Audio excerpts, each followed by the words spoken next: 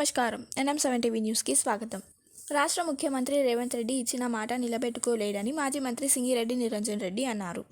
కొడంగల్లో రేవంత్ రెడ్డి ఎమ్మెల్యేగా ఓడిపోతే తిరిగి ఎన్నికలలో పోటీ చేయనని చెప్పి ఓడిన తరువాత 5 నెలల్లోగా మల్కజ్గిరిలో ఎంపీగా పోటీ చేశారన్నారు. ఈరోజు సాయంత్రం వనపర్తిలో తన నివాసంలో ఏర్పాటు చేసిన విలేకరుల సమావేశంలో ఆయన మాట్లాడుతూ ఇచ్చిన హామీలను నెరవేర్చలేక 6 గ్యారంటీలను అమలు చేయలేక ప్రజలను తప్పుదోవ పట్టించేలాగా ప్రవర్తిస్తున్నారన్నారు. నోరు తెరిస్తే పాలమూరు బిడ్డను అని మాట్లాడే రేవంత్ రెడ్డి ఎంపీగా పార్లమెంట్లో పాలమూరు రంగారెడ్డి ప్రాజెక్టుకు జాతీయ హోదా కోసం ఎందుకు పోరాటం చేయలేదని ప్రశ్నించారు. రాష్ట్ర ముఖ్యమంత్రి హోదాను, స్థాయిని, ఆ స్థానానికి ఉండేటువంటి గౌరవాన్ని పూర్తిగా మంటగలుపుతున్నటువంటిది రేవంత్ రెడ్డి.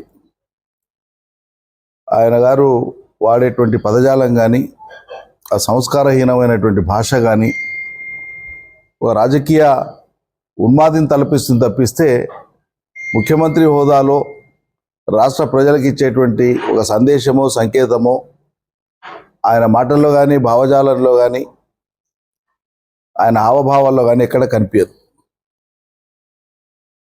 చాలా సిగ్గనిపిస్తుంది ఆ భాష వింటుంటే.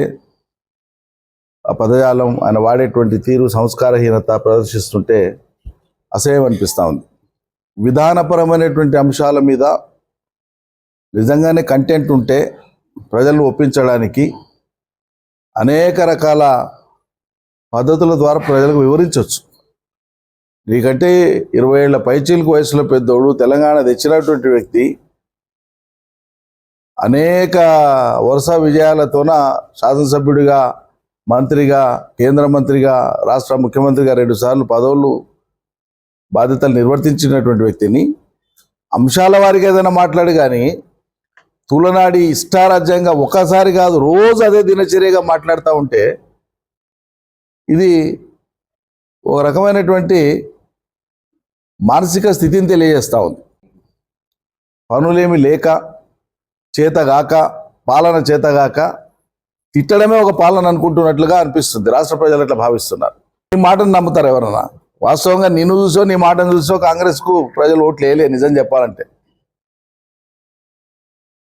ప్రజలకు కొన్ని కారణాల చేత ఆనాటి మా ప్రభుత్వం మీద కొంత విముఖత వచ్చి 2 సార్లు అయింది కదా అని మల్టిపుల్ రీజన్స్తోన ప్రజలు ఎక్కడికక్కడ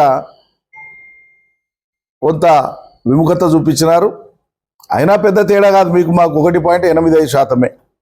సరే, గెలిపే, ఓటమే. ఈసారి అవకాశం కాంగ్రెస్ పార్టీకి వచ్చింది. నువ్వు చెప్పదలుచుకున్న మాటల్ని మర్యాదగా చెప్పలేవా? సంస్కారంతో చెప్పలేవా? అదే మాటలు ప్రజలకు వినసొంపుగా చెప్పలేవా? పరిజ్ఞానం పెంచుకొని మాట్లాడు, సంస్కారం పెంచుకొని మాట్లాడు, సంస్కారంతోనే మాట్లాడు. నువ్వు మాట మీద ఉండేటోడివా? దేవుని మీద ఒట్టేసేందుకు చెప్తావు? మాట తప్పడంలో నువ్వు నంబర్ 1. కొడంగల్ ఎన్నికలలో ఓడిపోతే నేను భవిష్యత్తులో రాజకీయాలలోనే ఉండను అని మాట ఇచ్చావు. నీ మాటకి నువ్వు కట్టుబడి ఉన్నావా? 4 నెలలకి పోయి మల్కాజ్గిరిలో పోటీ చేసి ఎంపీ అయినావు. డిసెంబర్ 9కి రైతు బంధు ఇస్తా అని చెప్పినావు. డిసెంబర్ 9కి రుణమాఫీ చేస్తా అని చెప్పినావు. చేయలే. రుణమాఫీ కాదు, రైతు బంధు కాదు, తులం బంగారు లేదు, రైతులకు 500 బోనస్ లేదు, రైతు బంధు లేదు. వానకాలం రైతు బంధు అందరికి అందలే, యాసంగి రైతు బంధు అందరికి అందలే. మళ్ళీ ఇప్పుడు వానకాలం వస్తుంది. వానకాలం సీజన్ దగ్గరికి రానే వచ్చే. ఇవాళ వరకు యాసంగి రైతు బంధే గతి లేదు. 4 ఎకరాల లోపిస్తే అందులో కూడా కొందరికి ముట్టింది, కొందరికి ముట్టలే. పాలమూరు బిడ్డవైతే ఈ జిల్లాకు నీళ్ళు రావాలి వేగంగా. నేను చేసిన పనేముంది?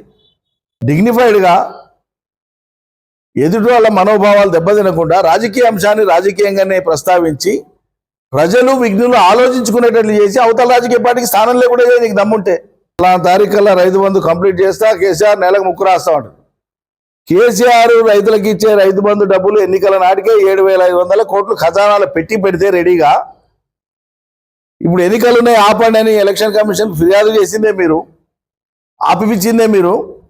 ఎన్నికలైన వెంటనే ఇవ్వండి, అదే 7,500 కేసీఆర్ దాపెట్టిన పైసలు ఇవ్వండి అంటే కాంట్రాక్టర్లకు మీ పార్టీ, మీ మంత్రులు కాంట్రాక్టర్లు ఉండేటువంటి వాళ్ళ బిల్లులు చెల్లించిన సిగ్గు ఎగ్గు లేకుండా రైతులకు ఇచ్చే డబ్బులు అవి. ఆ డబ్బులు నువ్వు రేపు ఇస్తేమి, మొన్న ఇస్తేమి, నిన్న ఇస్తేమి, ఎల్లుండి ఇస్తేమి. ఆ డబ్బులు ఎందుకే మళ్ళీ షరతులా?